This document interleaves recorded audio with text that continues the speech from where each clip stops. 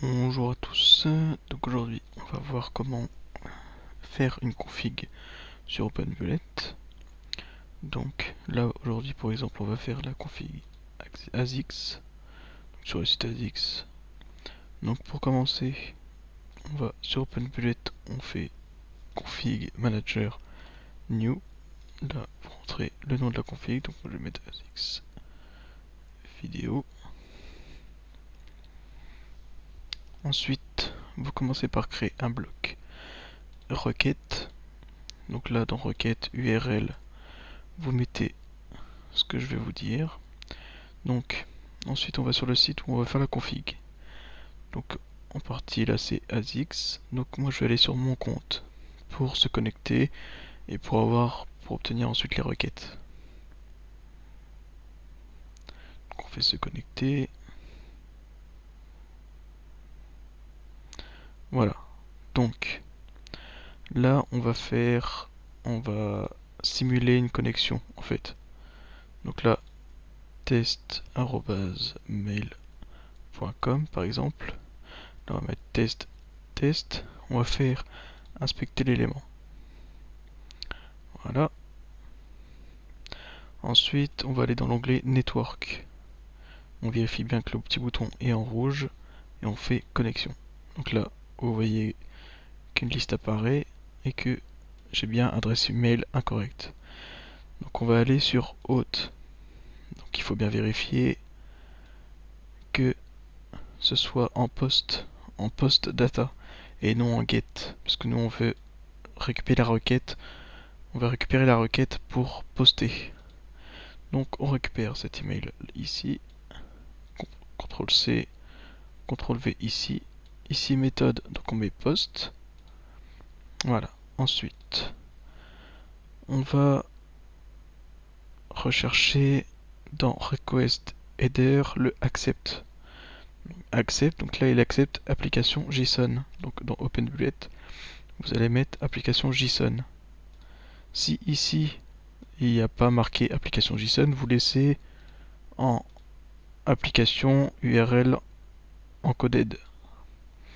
Donc ensuite on va s'occuper du custom header. Donc ça on efface et on va venir récupérer origine et référeur.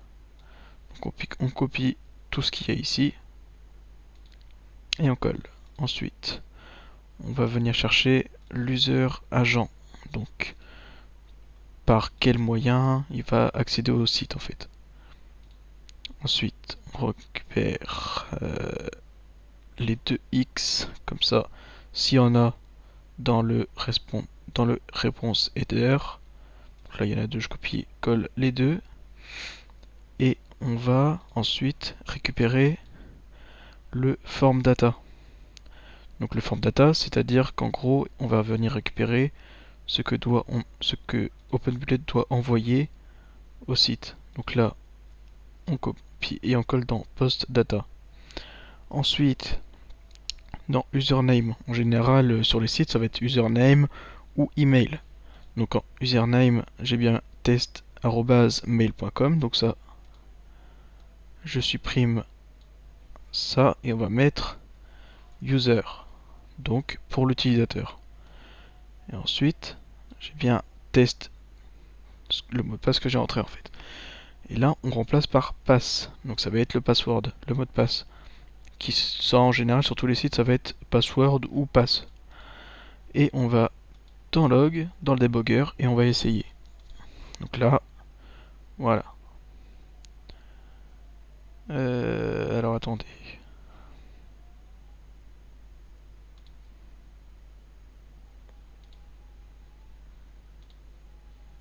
Je vérifie avec mon autre config.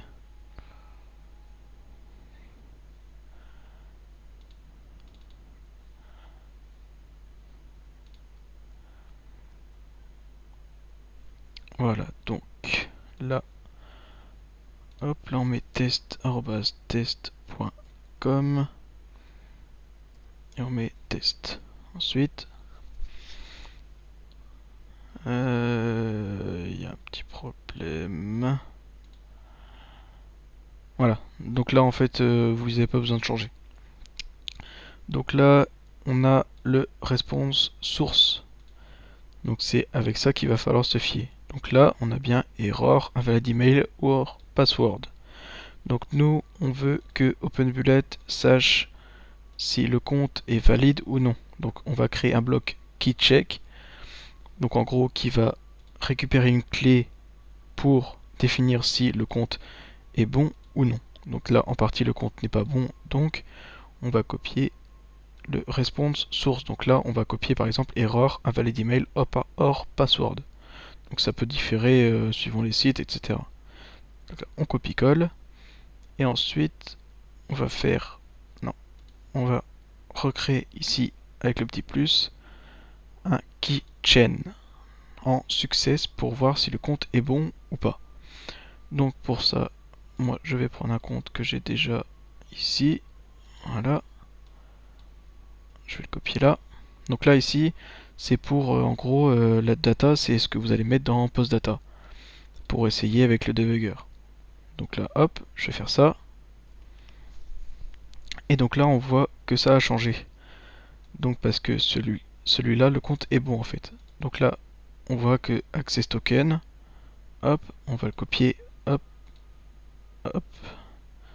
C'est pas ça que je voulais faire. Hop, voilà. Donc, il faut qu'on vérifie un truc. C'est que ça, il ne faut pas que ce soit dans les deux. Donc là, il a trouvé 0. Donc ça veut dire que ça, en gros, il n'y est pas quand le compte est bon. Donc ça, c'est bon. Ensuite, on colle ça. On va changer un truc. Voilà. Donc là, on a changé. Donc forcément, le compte est invalide. Et là, on vérifie si ça, ce n'est pas là. Et ça ne l'est pas. Donc c'est bon. On peut utiliser ces deux keychecks ici. Donc voilà, le tutoriel est terminé. Vous avez la base pour créer une config toute simple sans capture. Donc ici, il me semble qu'il n'y a pas de capture pour en fait le site, donc ça sert à rien de continuer. Donc je vais refaire un tutoriel après pour des captures.